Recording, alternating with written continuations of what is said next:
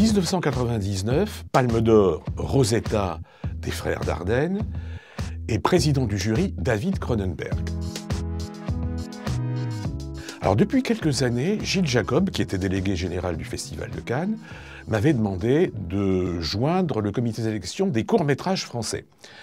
Alors on se réunissait, on était 4-5, on voyait beaucoup de films, et puis il en choisissait un, théoriquement, parmi les 3 qu'on lui proposait.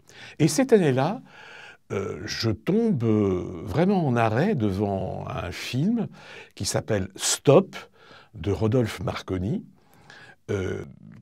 dont maintenant la principale caractéristique, c'est que c'était le premier film d'un acteur qui maintenant est très célèbre, puisqu'il s'agit de Louis Garrel.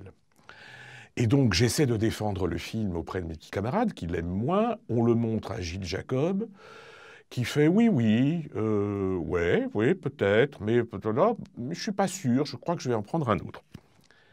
Et puis j'ai appris après que le metteur en scène avait écrit une lettre absolument délirante à Gilles Jacob, ce que moi je lui aurais conseillé en aucune façon, parce que c'est pas comme ça qu'on fait avancer les choses, mais en tout cas, il l'avait fait, Gilles Jacob avait été ému et touché, il avait demandé à revoir le film, et il l'avait sélectionné, et il me téléphone en me disant « Eh bien Pierre, votre protégé, il est à Cannes ».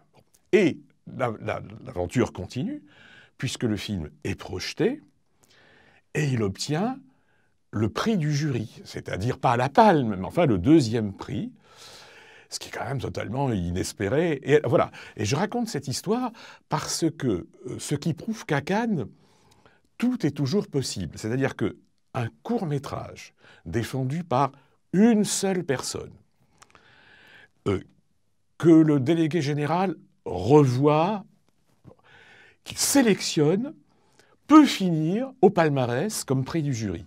Ce qui est quand même un espoir pour tous ceux qui vont présenter dans les années à venir des courts et des longs métrages à l'attention des comités de sélection.